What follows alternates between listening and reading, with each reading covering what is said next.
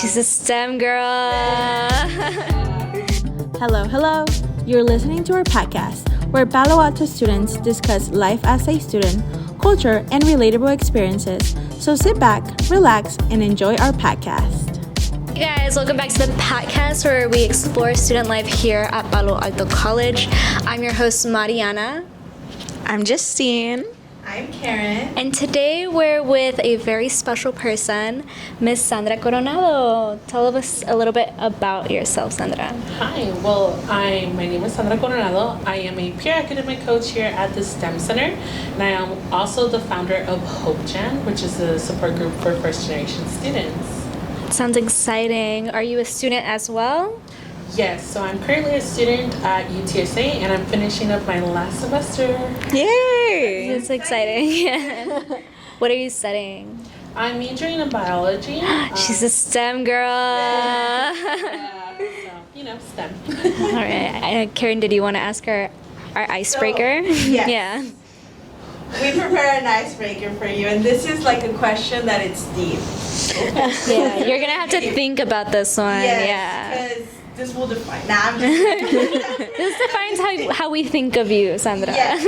Okay. But the question is, on your tacos, do you prefer green salsa or red salsa? That is such an important question. Yes. Guys, we got her thinking.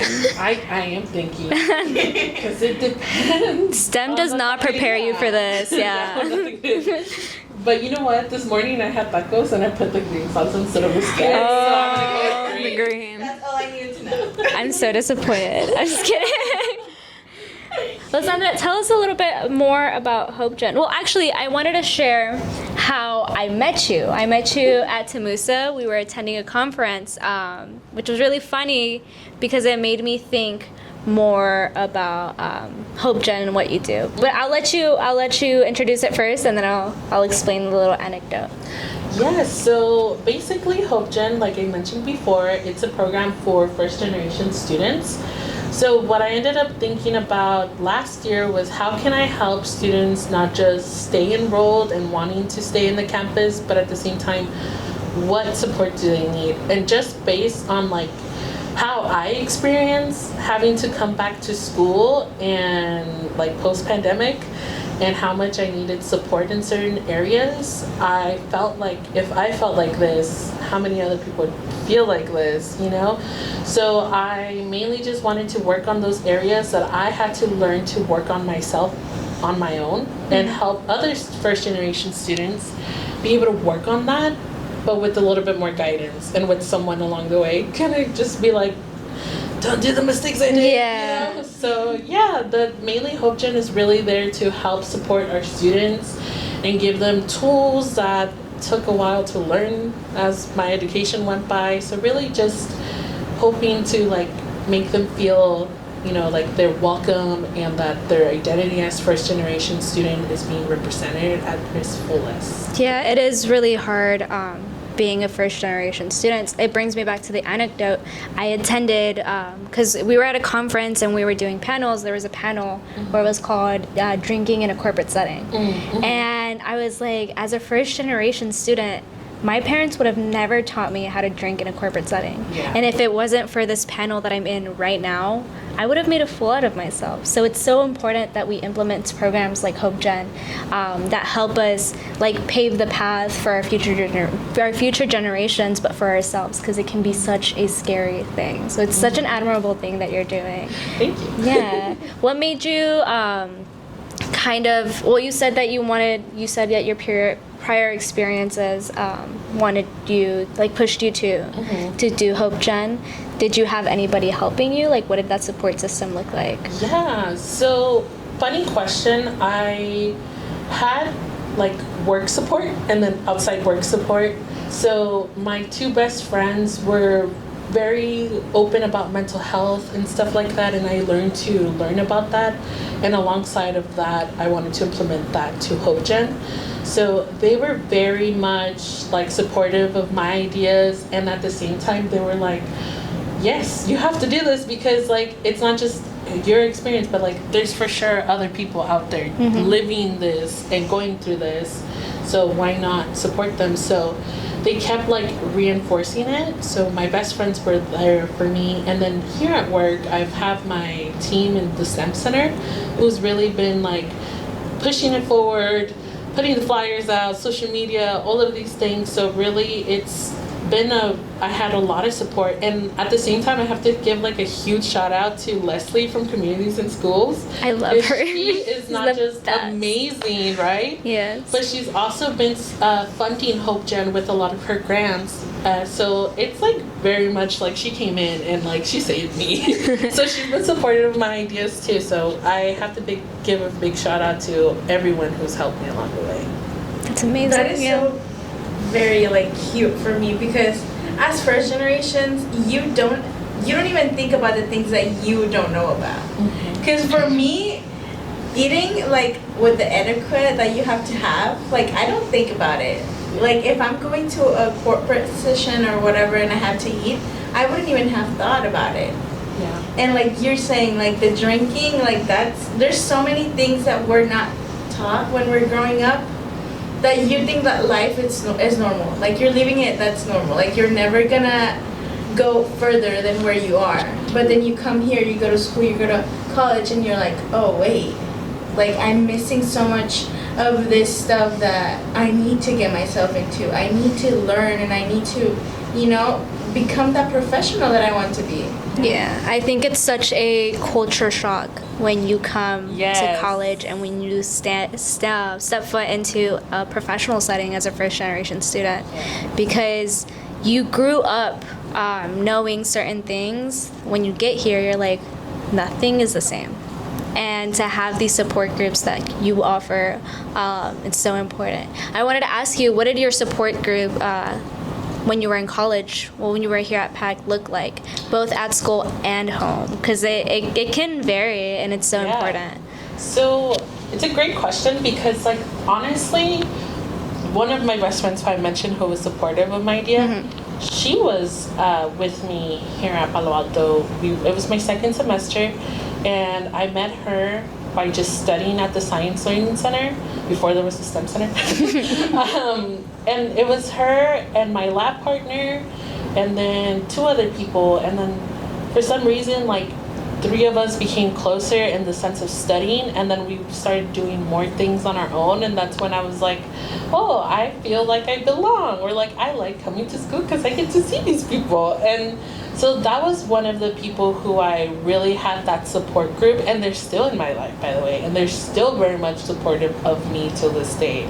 So it's very much like I came a long way because of them too, but when it came to home, I didn't have a lot of support. As much as I appreciate everything that my parents did for me, higher education was not something that they saw important. And they were very traditional Mexican parents, so me saying, hey, I want to do chemistry, I'm going to take calculus next semester, they didn't understand why I was studying at the library so late. And they were like, what are you doing? Why are you there? But I don't understand. Go? Yeah. I know are the Who's gonna be there? Yeah. So it was just like, you have to not just like have the stress of school, but now you have to have the stress of home, where you constantly have to like justify why you're doing this and why you're not working, or why you're not like already married.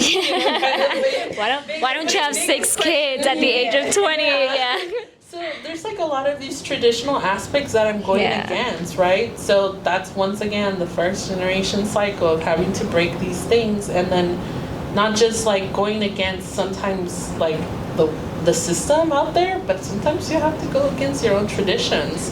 So Your very at own home- parents, At home, it was very much going against traditions and really kind of like learning who I am outside them.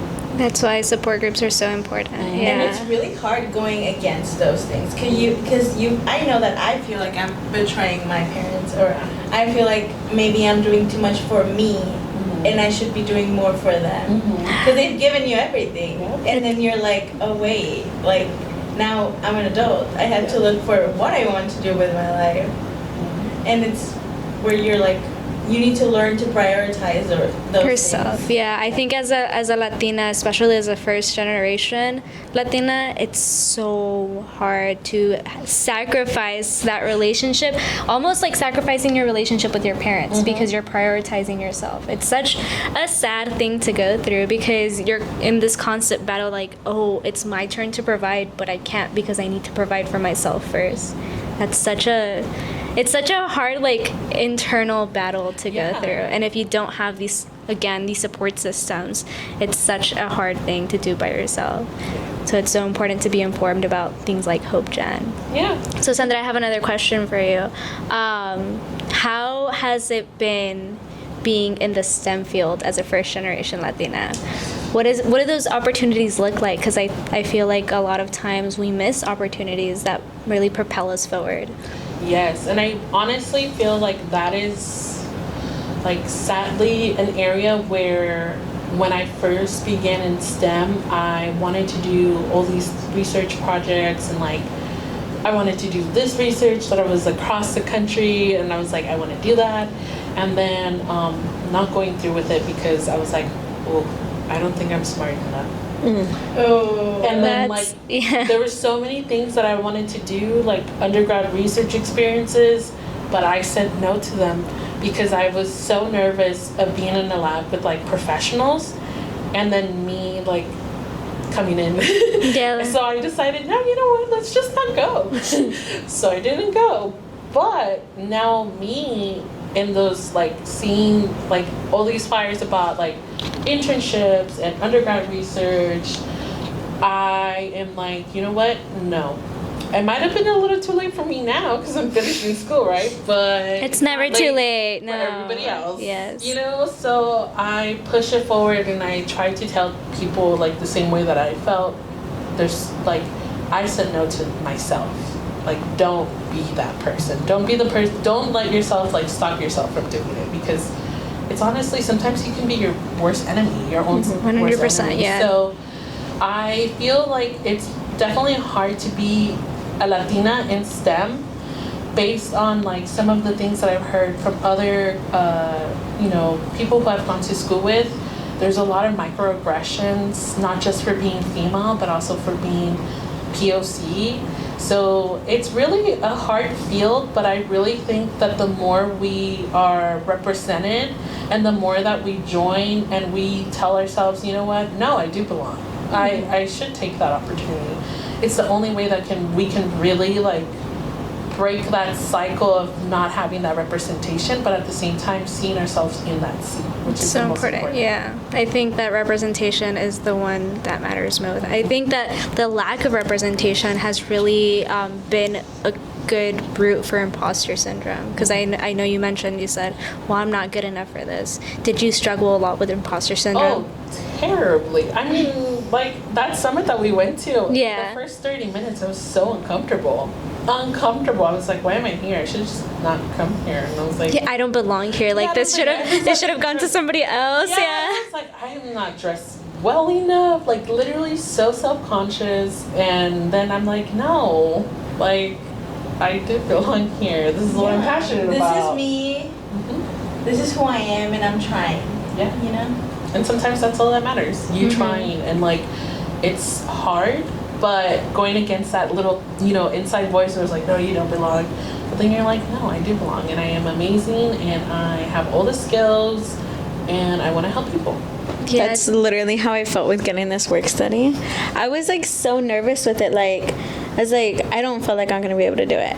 But like, I don't have anyone to live up to. I'm the first person to get this work study, and like, I'm gonna be the one that like. You guys just got a work study Yeah, I with just PAC got a Student work study. Media. Everybody say congratulations, Justine. But like, it was like kind of scary. I was kind of like nervous like when Miss Fuentes offered it to me because I was like, I don't know if I'm gonna be able to do that. But like, I know that it's gonna help me a lot. Like I'm like that's gonna look good on a resume. But there's like a few things that I've like turned down because like I'm like I don't think I could do that. It's so sad, but I think that a lot of our imposter syndrome, I was thinking about it because I'm doing a panel on imposter syndrome on Friday, and I think a lot of our imposter syndrome comes from people in our life constantly telling us you should do something else. Like you were saying, your parents are like, why aren't you at home, like married with 6 kids? Like it's people constantly telling you that you're not supposed to be in the position that you are in. That brings you down. It gets to your head. No matter how much you tell yourself, it doesn't. And it's so important that we realize it so that we can start deconstructing the things that we've built and the barriers we've built in our head so that we can get to these opportunities that you're talking about. And it's so I think, important. like, also our parents have a big role into us, like, becoming who we are, you know what I mean? Like, because you're thinking about marriage and they're thinking about marriage, and then you want to do this and you're like, well, what am I supposed to do? Like, am I supposed to have a boyfriend and get married, or am I supposed to pursue what I want to do? Yeah. Because you want to make them happy. I know that because I am a people. I'm a people pleaser. Yeah. So I want everyone to be happy, and then they're like, well, you didn't get married, and I'm like, but you know, like I don't feel like I want to do that right now. So you're like constantly fighting against that. You're like, no, I want to do what I want because in the end, it's my life. You know? Literally with getting this degree, my mom is like, you need to just be a dental hygienist. And I'm like, why would I ever want to be a dental hygienist? Like, that seems so horrible. I'm like, this is, like, what I'm passionate about. Even, like, before I even realized, I was like, I want to be a nail tech. And she's like, no, like, that's not, like, going to work. And I'm like, but that's what I want to do. Yeah. I mean, obviously, I'm not going to be that now because that's not what I was passionate about. I mean, like, I like doing my nails, but, like, she was right with that. She was right with that, but still, like, that's what I wanted to do. And I feel like pushing me away from that, like, really, like, I really struggled with that. Yeah. You know what I mean? And you know what? Like, you mentioning that, like, oh, I wanted to be a nail tech, and, like, they say no, or, like, vice versa. It kind of reminded me of an experience where I had with my own parents that sometimes the words that they choose can be very hurtful. Oh my god. Yes. But they don't understand how. Yes. And I just wanted to share this story with you because till this day I'm like, wow, I can't believe I kept going. You're like, I don't know where I got anymore. Yeah. So I have an older sister who went to college and she's smart. Like, she loves chemistry. She's currently doing her internship for a dietitian, and she's finishing up. The girl is incredible. No doubt that she's smart. However, my parents never viewed me as that. So when I'm telling them, oh, I gotta go study for chemistry, and they're like, well, why are you taking chemistry? You're not as smart as your sister. You should just be a nail tech. Worst blow of my life, right? It hurts. It hurts so terribly. And I remember I was like, well, no, I don't want that. So I'm going to go take my chemistry test. And I'm going to go slay. I'm going to slay, BRB. And I was like, and I'm going to take organic chemistry next semester. And I'm going to take calculus. And I'm going to move on with my degree. And till this day, I still am in the degree that I want to pursue. And I didn't change no matter how hurtful those words were. I still to this day live to do what I want. And that's so admirable because it takes so much gut. It does. Yes. To go, especially against your parents, that can be such a That's scary, so scary thing. I know. My parents are scary. Like, they're scary people. I'm not scared of them. I'm scared to disappoint them. Yeah. I'm scared of not being good enough for them. Yeah. Yeah. But I think that's a Latina thing. You're going to make me cry. Well, I honestly think that that's like a first gen thing, and specifically within our community, like Latinos community, like having that, like, I don't want to disappoint them. Yes. Or like, I want to make sure that I'm, pleasing them, but it's so hard. Yeah, And it is. It's really like the most that I can say, although it has brought some ups and downs in my relationship with them, right? But the most I can say really is just staying true to yourself, because if you start living for someone else's standards, you will become very miserable. You're so right. That's what I was telling you earlier, that I used to be a biology major. It's because I'm a first generation American too. So my parents came all the way from Mexico to give me a better education, and they were like, well, you have to be a doctor. Like, we didn't travel all this way just for you to like settle with this career that you're not going to succeed in, because to them success is money. Yes. Right? So I started off as a biology degree, and I was so unhappy. I was like, this is not what I want to do. This is not who I am. So I went through a very, like, I guess, traumatic experience in my life, because I wasn't true who I am, right? And it wasn't until I switched my major, of course, like, I disappointed my family, but like, it wasn't until I switched my major that I completely changed my attitude about life, and I don't want to stop what I'm doing right now. And I've become so successful to the point where, like, oh, now they see that I can be successful if I'm doing what I love. But back then, the words that I received, it was just so heartbreaking. And it goes back again to the same thing with having like these support systems, because you don't have them at home, right? You expect the most love and the most support from your parents and from your family members, and to not have it completely destroys your heart. So you have to find these support systems at school or with your friends, because if you don't, like, you'll get drowned. Like, you will lose yourself. Y'all are my support system. Aww. And Sandra's my inspiration. I'm honored. Sandra, talking about inspirations, who inspired you the most, would you say? Who inspired me the most? That is a great question. I would always say that my biggest inspiration was always like my sister, just because she's older than me, and I would always like be like, okay, she's doing that, maybe I should push myself and do that. Yeah. So I would always look up to her, and I still do. I mean, the girl is pushing forward, like the same way that I'm going against odds, she's too, you know? Yeah. So I always looked up to her, but at the same time, I think like my other inspiration is like my own friends. I have a friend who is a single mom, is going through diesel mechanics. Oh my gosh. Hello, that's awesome. Like, I look up to her. Then I have my other friend who finished her degree and decided, hey, you know what? I have a passion for dog sitting, and I'm going to do that. I look up to her because she was staying true to herself. Mm-hmm. I have another friend who prioritized a corporate, like a job for many years until she realized, no, my mental health is more important, and I will take care of this. So I have a lot of friends who I am very honored to have in my life that I look up to on so many different areas. So I really just have to say thanks to all my wonderful friends who have been there.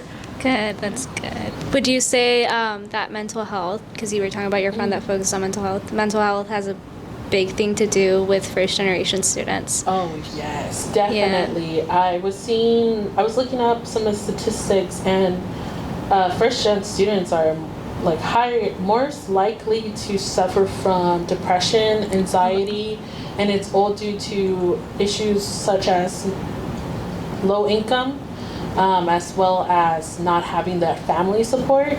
So, and then we just had a pandemic. Yes. Yeah. Which was very isolating for 2-3 years, right? So all of that has an effect on not just general population, but now imagine a general group of students who have all these odds that have to go against them, and now you have already this statistics on top of a pandemic, the effects of a pandemic. It's like, come on, like it's just I know, it's one blow after the other. We really we're not prepared for any of this, you know. It's been really hard. Would you say Hope Gen offers anything to alleviate those mental health issues? Yes. So although I am not a mental health, like a counselor, professional counselor, a lot of the things that we do talk about is like self-esteem, academic distress, and as well as kind of like helping ourselves build those skills to like regulate whenever we're like stressed. So it really is just shining the light on those topics and introducing some little activities that they can do to just bring down their mood, maybe from like that stress from, oh my god, I'm failing all my classes, to like, okay, maybe we should do some breathing exercises. Yeah. Let's take a step back. Yeah, let's just step back. We're like, when we just had another meeting that you guys joined for mindfulness, and we talked about meditation for 5 minutes, and that has a huge mood shift on like your own mood, and can help you like overall carry yourself better, not just in school, but like in every aspect in your life. So when Hope Gen, I was coming up with it, I really just wanted to give them and shine the light to these topics, and at the same time be like, okay, here's this topic, here are some tips, here's what it means. Now if you feel like you need help, there's the number for our PAC counselors, because I can do as much as I don't know what I'm doing. You know, like I can do as much, but I'm not a professional in that field. So if you, I really want to promote those services because it is important. It's just as so important important. as going to the doctor for your yearly physical. You know? Oh, yeah. Your brain is just as important as any other organ in your body. And I know for me, my days are like go go go go go. Yes. Like you're going, and Mariana too, and Justine too. Like Oh my we're God. always, like sometimes we forget to eat. No, We're like, literally. I had my first gray hair the other day. I've never had it. I'm like on my You 10. have? I have Mariana a has whole one on the top bunch. of her head. It's I the have one, cutest thing literally ever. one right here. I have, But guys, don't oh my look at me too God. close. You're gonna see. it was so scary. I know. Miss Fuentes on the camera. Please do not. She's like pointing it at me. No. But Yeah, it was so scary. you need those moments to like stop and be like, okay, no Yeah. phone. No, I know for me at night it's me reading my Bible. I'm like, no one interrupt me. I'm like in my quiet time. I'm breathing right now. Nothing is worrying me right now. So like, you need to have those moments. You need those moments. Me too. I use my watch. I always use the breathing thing, Oh. because sometimes I'll be sitting there and I'm like, I feel so stressed right now, and I'm like not even doing anything, but I'm like, I can feel my heart going just, fast. Just thinking about the things that you need to do, it Yes. stresses me out. I'll like look at my mom and I'm like, don't talk to me. I'm really stressed. And she's like, you're not doing anything. Hold on. I'm just so stressed. I'm like, yeah. And then you have to run and write it down. Yeah. I forget. Yeah. And then I have multiple planners. I'm like, okay, what does the sign say? What does my planner say? What does my phone planner say? Well, the other day I was hard. sitting there and I was like trying to count my heartbeats, and Mariana's like, "Are you okay?" And I was like, "I'm counting my heart." Like, please. Okay. Wait, Yeah. that's fun. I've never tried that. I can't do it very well, but I'm like, that's like really fast. That doesn't feel right. So then that's I use not the like normal. meditation thing on my watch, and it's like breathe in, breathe out, and I'm like, okay, I can go now because I just like need a second to like catch my breath or whatever. But yeah, it really helps me. Like I'm like, oh, I can breathe now. Yeah, and it's finding those things that help you that are so important, like support systems, mindful meditation, skills to help you study, or skills to help you relieve stress. I had one more question before you leave. I wanted to see how Hope Gen is helping first generation students also become first professionals, because oftentimes we don't step foot. I think I mentioned this earlier. We don't step foot in corporate settings until we're at our first job, and we don't know the etiquette. We don't know lunch etiquette. We don't know how to drink in a corporate setting. We don't know how to dress. We don't know how to go to interviews. How are you guys helping alleviate that? So one of the things is that, well, first of all, great question. But we have just started this program this semester, and I feel like that is the direction that we haven't necessarily gone to. However, I mean, for next semester, I would love to see how we can incorporate that, because like you said, that is like exactly what we need too. It's not just academics, it's not just mental health, but as well as helping them transition in other areas for professional, development.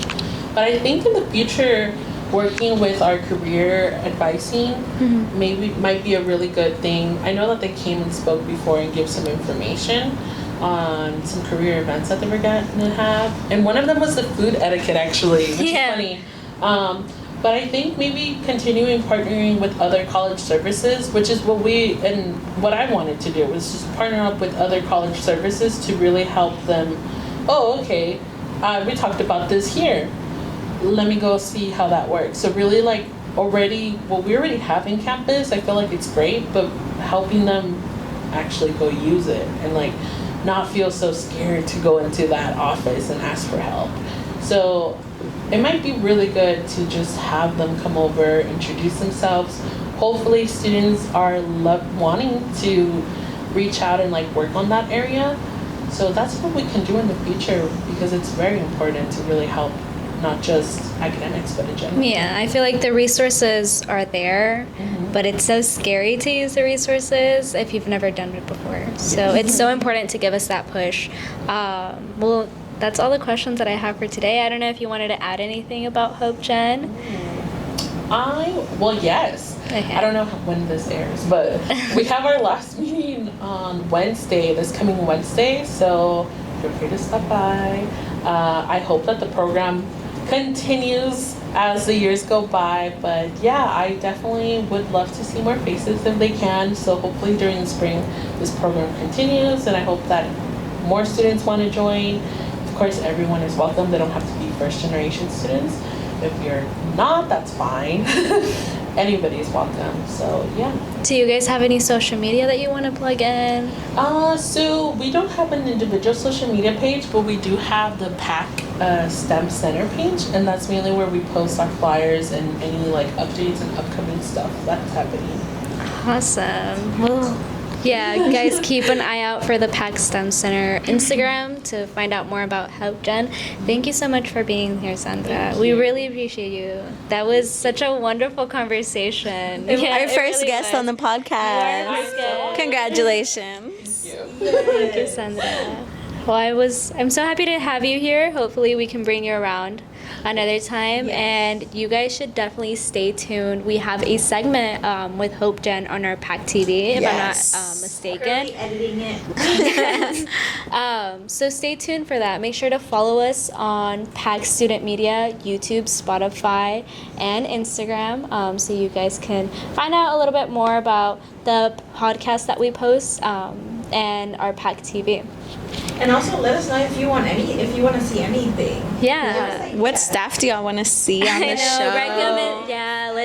Let's recommend staff and students to host on our podcast and also on our Unpacked segment. Yeah. You guys stay tuned for that one. That one's gonna be good. Sounds fun. Until then, stay PAC proud. Bye. Thank you so much for tuning in to our PACcast. We hope you join us next time for more stories. Follow us on Spotify, YouTube, and Instagram at PAC Student Media. And don't forget to stay PAC proud.